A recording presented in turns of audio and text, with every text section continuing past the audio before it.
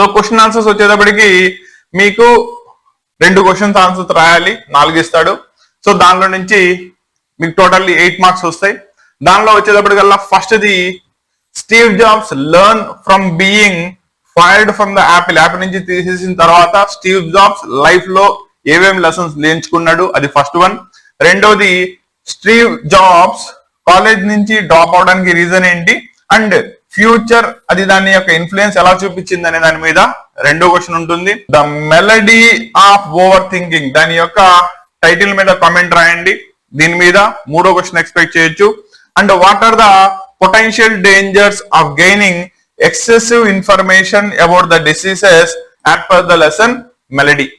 ఇవి మీకు ప్రోజ్ నుంచి అడగగలిగే ఇంపార్టెంట్ క్వశ్చన్స్. దీని నుంచి 2 క్వశ్చన్స్ కంపల్సరీ కనబడతాయి. వాటిని జాగ్రత్తగా ప్రాక్టీస్ చేసుకోండి.